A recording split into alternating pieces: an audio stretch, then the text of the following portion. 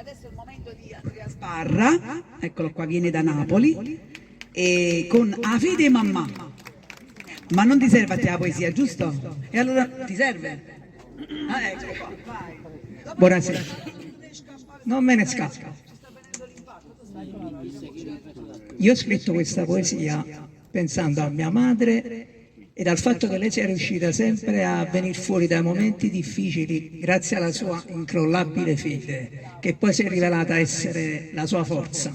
Quindi mi sembrava l'occasione giusta per proporlo. La fede mamma. Come fai a tenere questa fede per ogni cosa che succede? Nonostante il dispiacere tu stai sempre là a pregare. Io non sono così forte, ma avvolisco in dolore. E se non scompare ancora, poi comincia a dubitare. Chi sto mondo sta soffrendo, ci vuole essere la mano sola. È scoppiata una guerra e non fa niente per fermare.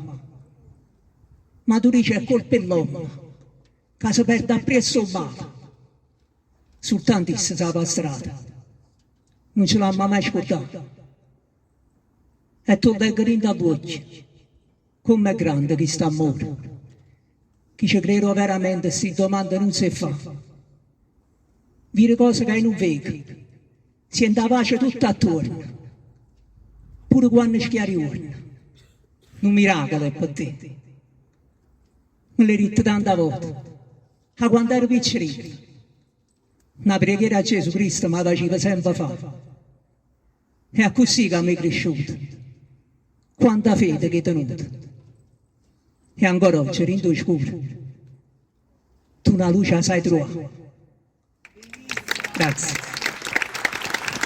Lui è ormai conosciuto per le sue declamazioni fatte a memoria, che è molto bravo, molto bello, complimenti.